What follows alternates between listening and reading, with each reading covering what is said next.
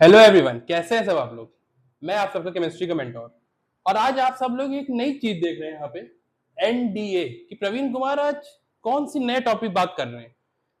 Chemistry की बात हुई थी, फाउंडेशन केमिस्ट्री की। आज हम एक नई चीज बात करने आए हैं, एनडीए नेशनल डिफेंस एकेडमी के बारे में बात करेंगे। उसका पेपर हुआ था लास्ट संडे को 14 सितंबर को। तो जो केमिस्ट्री के जो क्वेश्चंस आए थे उसमें जो पूछे गए थे बच्चों से, उसमें से कुछ कुछ क्वेश्चन नहीं, लगभग लगभग 90% क्वेश्चन मेरे प्रीवियस लेक्चर से पूरे पूरे जो मैंने बताया था पूरे पूरे उठाए गए थे। ठीक है, अब वो उसको आप कोइंसिडेंस समझिए, एक्सपीरियंस समझिए या जो समझिए, देखिए। लेकिन मैं यहाँ पे अपना नया चैनल स्टार्ट कर रहा हूँ, मैंने आपको बताया था। लेकिन मैं ऑफलाइन 6 साल से पढ़ा रहा हूँ फाउंडेशन केमिस्ट्री को। अब अपना न्यू चैनल स्टार्ट किया ऑनलाइन, तो एक्सपीरियंस आप सबको दिख ही रहा होगा। एनडीए के माध्यम से मैं अपना बताना चाह रहा हूँ कि इस पेपर को, फर्स्ट पेपर जो जब मैंने अपना स्टार्ट किया चैनल, तो यहाँ पे मेरे लगभग लगभग 80 to 90% क्वेश्चन फाउंडेशन केमिस्ट्री से फंसे थे।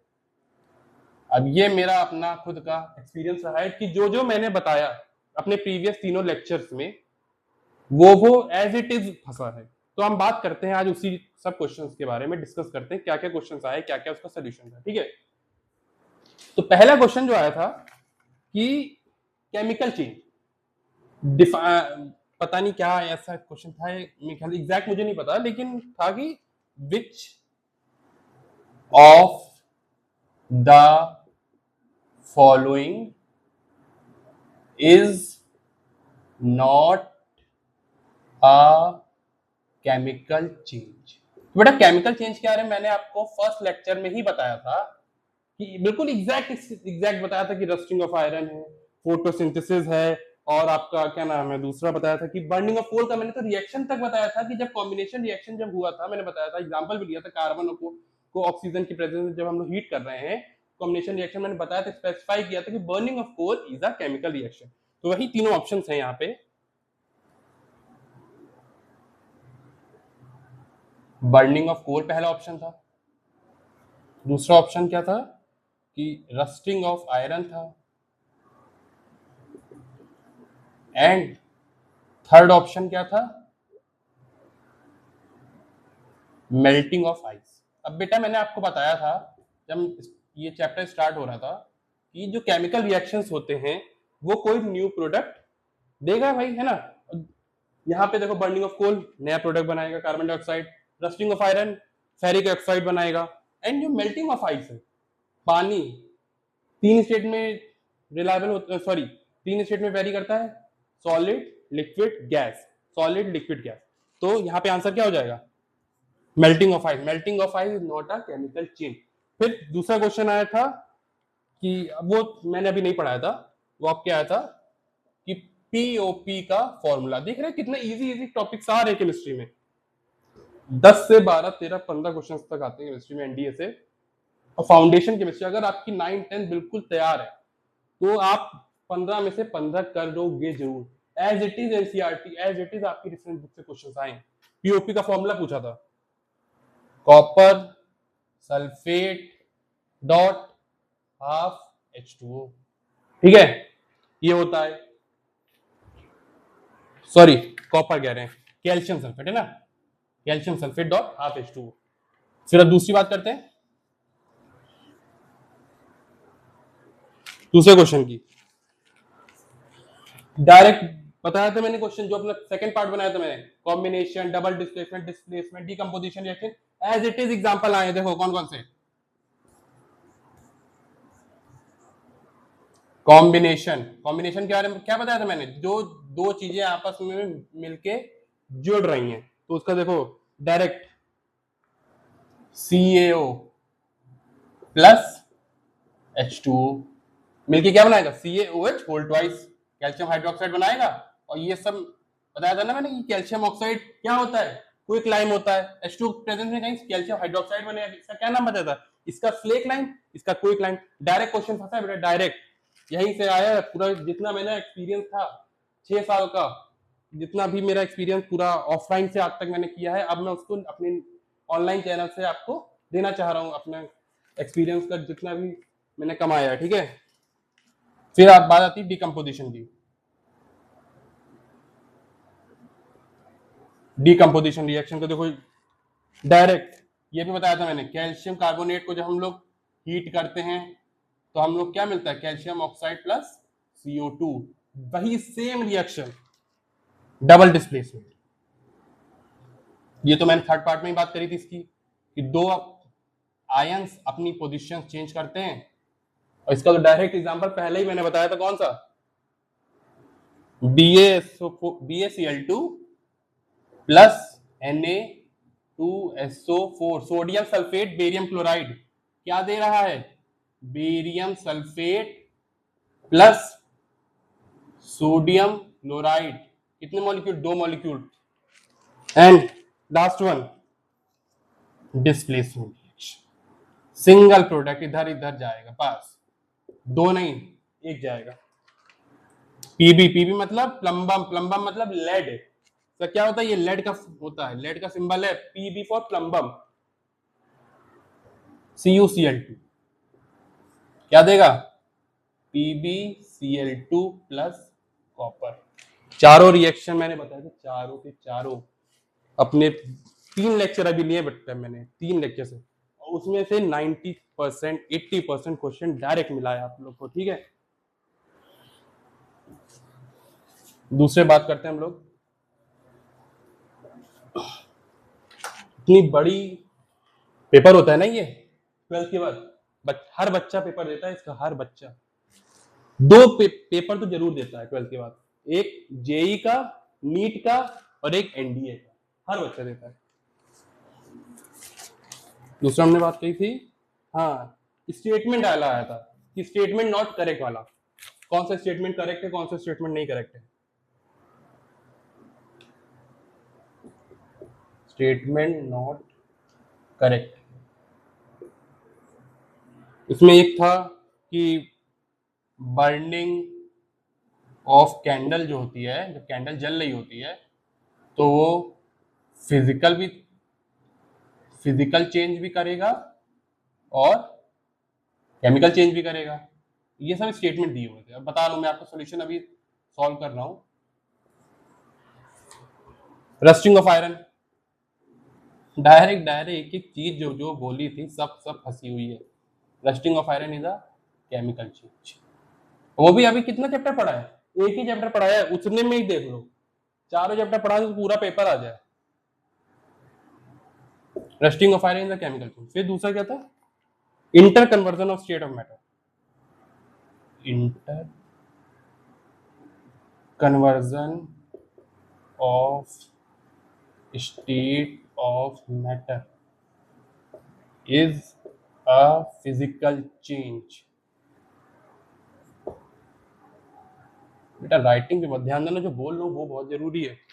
Statement not correct, burning of candle है ना, burning of candle physical chemical change दोनों दिखाता है, ठीक है ना, क्योंकि मैंने अपने फर्स्ट लेक्चर में बात बताई थी आप लोग को कि लास्ट के 1-2 मिनट या 4 मिनट में बताई थी मैंने, पूरा ब्रीफ करा था कि बर्निंग ऑफ कैंडल दोनों चेंज दिखाएगा। जब आप विक को जलाओगे, सिर्फ विक जलेगी तो फिजिकल चेंज दिखाएगा, जब लेकिन वैक्स जलता है तो वैक्स जो है वो सॉलिड में रहता है, फिर वो जो वैक्स जो है वो धीरे धीरे बनेगा तो कार्बन डाइऑक्साइड रिलीज करेगा, वेपर रिलीज करेगा, तीनों स्टेट रिलीज करता है, वो केमिकल चेंज दिलाता है।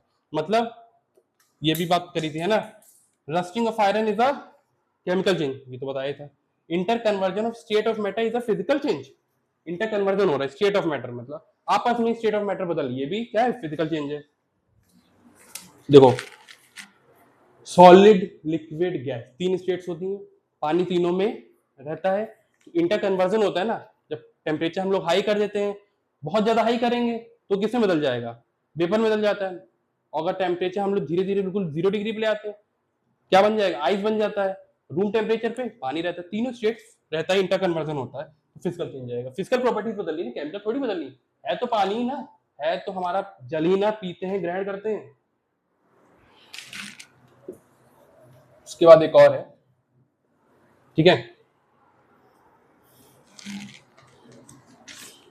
कि हाँ, reaction date occurs on passing carbon dioxide through lime water, carbon dioxide को हम लोग पास कर रहे हैं किसमें, लाइम वाटर में। यार ये बताओ, ये नहीं बताया था क्या मैंने कि लाइम वाटर जब पास करेंगे कार्बन डाइऑक्साइड, मैंने स्पेशलाइज होके बताया था कि कौन सा, जब हम लोग अपने घर में वॉशिंग होती है तो कैल्शियम ऑक्साइड को क्या करते हैं, पानी में करते हैं, पानी विग्रस रिएक्ट होगा, इतना रिएक्ट होगा कैल्शियम हाइड्रोक्साइड बनेगा, और जब वही कैल्शियम हाइड्रोक्साइड हमारी दीवार में वॉशिंग के लिए यूज होता है, सीमेंट में यूज होता है, तो कार्बन डाइऑक्साइड जब 2-3 दिन बाद जब एयर मॉइस्ट एयर उससे आपस में आके क्या कहते हैं टकराती है, तो वही वॉल धीरे धीरे पक्की हो जाती है, शाइनिंग हो जाती है ना, मजबूत हो जाती है। वही क्या देता है हमको, कैल्शियम कार्बोनेट, वाइट डैजलिंग है ना, चमकता है वो। तो यही चीज है। अब देखो इसकी इक्वेशन क्या होगी, डायरेक्ट आई थी कैल्शियम हाइड्रोक्साइड, ये क्या है, लाइम वाटर है ना। इसने देखो जो इसने बोला उसको ना, केमिस्ट्री क्या होती है, स्टेटमेंट को रिएक्शन में कन्वर्ट करना, बस यही केमिस्ट्री है। रिएक्शन को सॉरी स्टेटमेंट को रिएक्शन में कन्वर्ट करना, यही केमिस्ट्री। लेकिन उसके लिए आपको उसका केमिकल नाम, उसका जो प्रोडक्ट आ रहा है, जो रिएक्टेंट आ रहा है, जो यूज हो रहा है, उसके नेम्स याद होने चाहिए। जो नेम हम लोग केमिकल नेम में यूज करते हैं, कैल्शियम हाइड्रोक्साइड और कार्बन डाइऑक्साइड। जैसे जिसको लाइम वाटर नहीं मालूम होगा वो नहीं कर पाएगा। कार्बन डाइऑक्साइड पास करेंगे क्या बन जाएगा, कैल्शियम कार्बोनेट। क्या बनेगा, कैल्शियम कार्बोनेट। प्लस प्लस क्या देगा, पानी देगा, H2O। पूरी इक्वेशंस पूरी डायरेक्ट, ठीक है। Calcium hydroxide carbon dioxide, calcium carbonate देगा, वाटर देगा, है ना। एक और रिएक्शन आया था, रिएक्शन नहीं सॉरी एक क्वेश्चन आया था, वो अभी मैंने नहीं पढ़ा है, वो एसिड बेस का आया था कि कौन सी हम लोग यूज करेंगे एंटीबायोटिक्स में कि जब हमको इंडाइशन यूज होता है। तो इंडाइशन मतलब क्या होता है, ज्यादा क्या हो जाता है, हमारी एसिडिटी आ जाती है ना। तो हम क्या यूज करेंगे, बेसिक यूज करेंगे, बेकिंग पाउडर यूज करते हैं, एंटासिड्स यूज करते हैं, ताकि हमारे पेट में रिलीफ मिल सके, ठीक है। इंडाइशन के लिए यूज होता है। और एक आया था बेटा एटॉमिसिटी बोलते हैं जिसको, एटॉमिसिटी आप लोग पढ़ते हो 9th में कि ये कौन कौन से एटम अपने नेटिव फॉर्म में एक एटम में रहता है, ठीक है। पी, Ne और N और सल्फर। अभी देखो इसका नाम पहले बताना,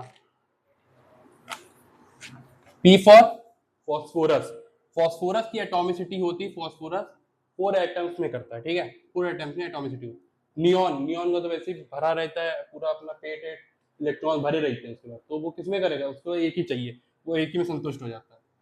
क्योंकि जिसका outer most electron that is valence shell electron is fully filled because it is a noble gas. Neon is a noble gas. Nitrogen 2, ठीक है। सल्फर सबसे महान है, 8 चाहिए इनको। ऑक्सीजन की फैमिली ना, ऑक्सीजन सल्फर सेल्यूरियम टेलुरियम, तो सल्फर है, सल्फर को 8 एटम बोलते हैं। जिस सल्फर की फॉर्म सी बनती है ना, चेयर फॉर्म बनता है, बोट फॉर्म बनता है। इसकी 2 फॉर्म आप लोग पढ़ोगे, शायद 11th में पढ़ोगे आई थिंक। चेयर फॉर्म बनती है और एक बोट फॉर्म बनती है। इससे डरना नहीं बेटा, अभी बोट क्या है, चेयर क्या है, कुर्सी क्या है, नाव क्या है, ये सब मत डरना, ये सब आप लोग 11th में आप लोग सीखोगे ना।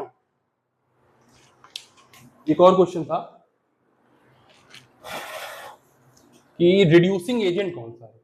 हाँ, reducing agent which of the following, redox reaction दिया होता है, मैं बता रहा हूँ, रिडॉक्स रिएक्शन दिया होता है। रिडॉक्स रिएक्शन में आपको बताना था कि रिड्यूसिंग एजेंट क्या होता है। मैंने क्या बताया था, जो रिड्यूसिंग एजेंट कौन होता है, जो ऑक्सीडेशन करता है। उल्टा कर दो, रिड्यूसिंग एजेंट ऑक्सीडेशन करेगा और ऑक्सीडाइजिंग एजेंट रिडक्शन करेगा, बस।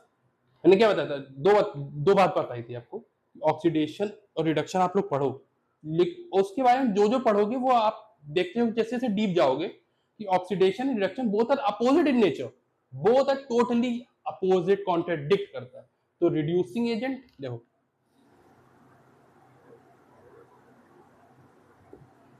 रिड्यूसिंग एजेंट कौन होता है, जो ऑक्सीडेशन करता है ना, ऑक्सीडेशन करेगा। ऑक्सीडाइजिंग एजेंट कौन होता है, जो ऑक्सीजन देता है। मैंने बताया था ऑक्सीडाइजिंग एजेंट, ऑक्सीडाइज एजेंट कौन होता है, जो देता है, ऑक्सीजन देगा। ये ऑक्सीजन तो देंगे, ऑक्सीडेशन कर रहा है, तो रिड्यूसिंग एजेंट कहलाएगा। रिड्यूसिंग एजेंट क्या करेगा, जो हाइड्रोजन देगा, ऑक्सीजन लेगा। हाइड्रोजन देगा, ऑक्सीजन, सॉरी ऑक्सीजन देता है। ऑक्सीडेशन मतलब होता है कि मैं भी कंफ्यूज हो गया, ऑक्सीडेशन मतलब होता है ऑक्सीजन लेना, एडिशन करना। यहाँ हम बात तो हो रही है रिड्यूसिंग एजेंट की। दूसरी बात आती है रिडक्शन। रिडक्शन कौन करेगा? जो ऑक्सीडाइजिंग एजेंट होगा। बस उल्टा कर दिया हमने। रिड्यूसिंग एजेंट ऑक्सीडेशन करता है, ऑक्सीडाइजिंग एजेंट रिडक्शन करता है। तो अभी क्वेश्चन लेते हैं, पूरे रिलायबल क्वेश्चंस हैं, डायरेक्ट एनडीए के पेपर से लिए गए हैं। अगर आपको कोई कंफ्यूजन हो तो आप मेरे प्रीवियस लेक्चर जरूर देखिए, उसमें जो जो मैंने एग्जैक्ट बताया है, बर्निंग ऑफ कैंडल और लाइम वाटर, मिल्की वाला, कैल्शियम कार्बोनेट, और खासकर रिएक्शंस में ईच एंड एवरी इक्वेशन जो मैंने बताई थी उसका पार्ट लिया गया, पूरा पूरा एग्जैक्ट पेपर में आया है। ठीक है, अभी क्वेश्चन देखते हैं। N2H4, N2H4 को हम लोग बेटा अभी आप लोग नहीं पढ़ोगे, इसको बोलते हैं हाइड्राजीन। क्या बोलते हैं? हाइड्राजीन।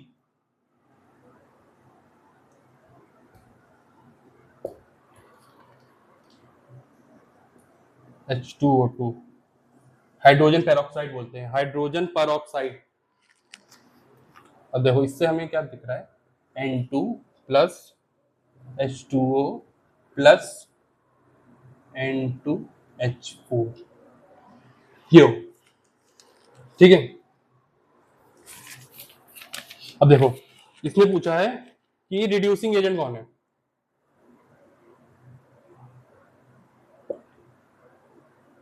अब इसमें रिड्यूसिंग एजेंट कौन होगा? देखो रिड्यूसिंग एजेंट मैंने क्या बताया, जो ऑक्सीडेशन कर रहा है। ऑक्सीडेशन मतलब जो हाइड्रोजन ले रहा है, हाइड्रोजन ले रहा है। N2H4 या, अब देखो दो चीज बताइए, हाइड्रोजन या तो लेगा या तो ये तो सॉरी ऑक्सीडे, रुक जाओ फिर से, बहुत कंफ्यूजिंग टॉपिक है ये, क्योंकि इसमें पता क्या रहता है, सेम प्रोनाउंसिएशन रहता है, सेम टाइप का रहता है, जरा सा भी इधर उधर हुआ ना। रिड्यूसिंग एजेंट, रिड्यूसिंग एजेंट क्या कर रहा है, फिर से स्टार्ट, रिड्यूसिंग एजेंट ऑक्सीडेशन कर रहा है। ऑक्सीडेशन कौन करता है? जो ऑक्सीजन बुलाता है ना कि आ जाओ आ जाओ आ जाओ, या तो हाइड्रोजन रिमूव करता है। अब N2H4 है, क्या है N2H4? N2H4 में देखो पहली बात तो कंफ्यूजन हो रहा है यार इसमें,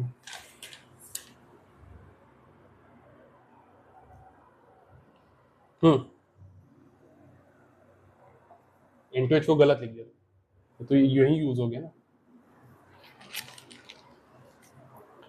N2H4 किसमें बदल रहा है? N2 में बदल रहा है।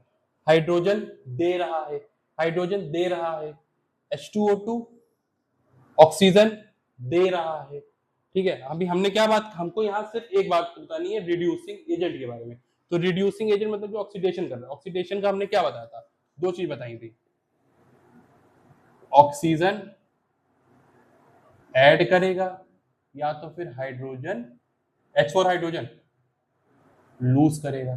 तो यार देखो हाइड्रोजन लूज कर रहा है ना यार, ये तो N2H4, their answer is, it's answer is N2H4। N2H4 is the reducing agent. क्यों? N2 बदल रहा है, पानी का हाइड्रोजन कहाँ गया पता ही नहीं किसी को, रिमूव कर दी हाइड्रोजन। H2O2 क्या कर रहा है? H2O में बदल रहा है, एक ऑक्सीजन गायब हुआ है, तो ऑक्सीजन गायब हुआ ना, रिडक्शन होगा, ये ऑक्सीडाइजिंग एजेंट है। तो N2H4 is the reducing agent. तो यही बच्चों आज का टॉपिक था, एनडीए का पेपर का डिस्कशन, और मेरा टॉपिक, सॉरी मेरा सब्जेक्ट केमिस्ट्री। ठीक है, तो आप सबने देखा मैंने अभी तक 3 लेक्चर्स लिए, ज्यादा नहीं लिए, नया जो मैंने स्टार्ट किया सीरीज, 3 लेक्चर लिए मैंने फाउंडेशन केमिस्ट्री की। एक चैप्टर मैंने पूरा पढ़ाया मन से, एक एक ईच एंड एवरी रिएक्शन, चाहे वो बर्निंग ऑफ कैंडल हो, चाहे वो केम कॉम्बिनेशन रिएक्शन हो, चाहे वो कैल्शियम कार्बोनेट का लाइम वाटर जो भी हो, सब कुछ मैंने ढंग से पढ़ाया। और आपने देखा एक चैप्टर में से ही कम से कम 80 से 90%, 80 से 90% पेपर फंसा है ना। 5 से 6 साल, 5 से 6 साल मैंने ऑफलाइन पढ़ाया, अभी पढ़ा रहा हूँ। अब मैंने अपना नया चैनल स्टार्ट किया है ऑनलाइन, तो इसमें मैं आप सबको अपना जितना भी मैंने 5-6 साल में जितना भी ज्ञान आया, जितना भी एक्सपीरियंस मैंने कमाया है, सब कुछ इस चैनल के माध्यम से दूंगा। बस आप सबका सपोर्ट रहे, थैंक यू। आप सबका प्यारा टीचर प्रवीण कुमार। ठीक, ओके, थैंक यू।